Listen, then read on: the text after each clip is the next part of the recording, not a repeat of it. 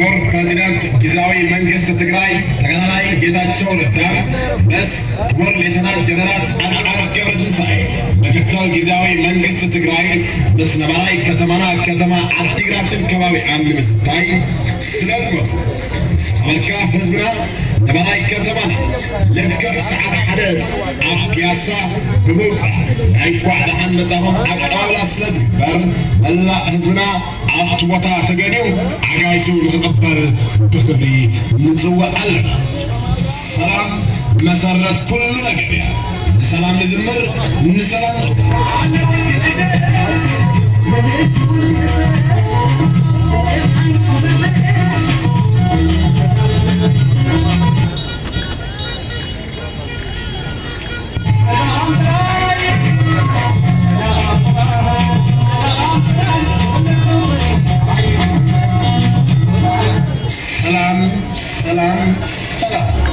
ሰላም ንወድሰ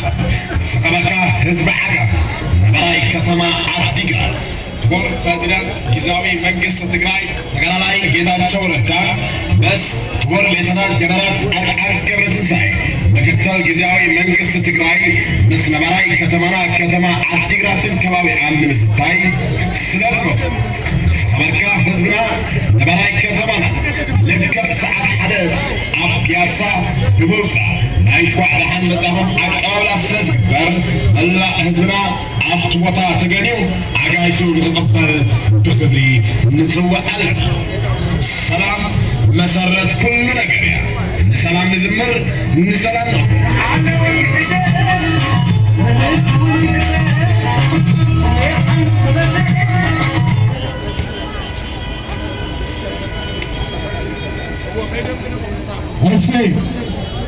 أما كبر بريزيدنت منجلس تግራይ بريزيدنت ጌታቸው ረዳ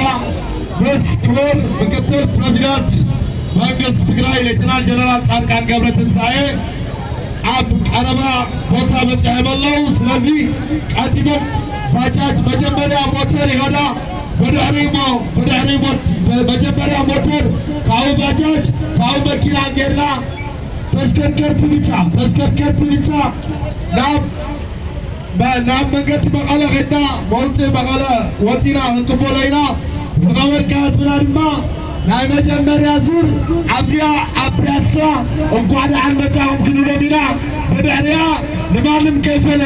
ሕቶ ዘለዎ ኩሉ ኣብ ዓዲግራት ዩኒቨርሲቲ ኣዳራሽ ተዳልዩሎ ንማንም ኣይፈልን ኩልኹም ናብ ዩኒቨርሲቲ ዓቲትኩም መሰረታዊ ሕቶታት ከተማና መሰረተ ልምዓት ከተማና ኩሉ ዓይነት ሕቶታት ንፕሬዚደንት ምክትል ፕሬዚደንት ክፈትሕዎም ትግብኦም ኩሎም ንዓትት ናብ ዩኒቨርሲቲ ንሓልፍ ቀዲምና ግን ኣብዚኣ እንኳዕ ደሓን መጻኹም ክንብሎም ኢና ሰላም ንኹሉ ሰላም ኣብ ኩሉ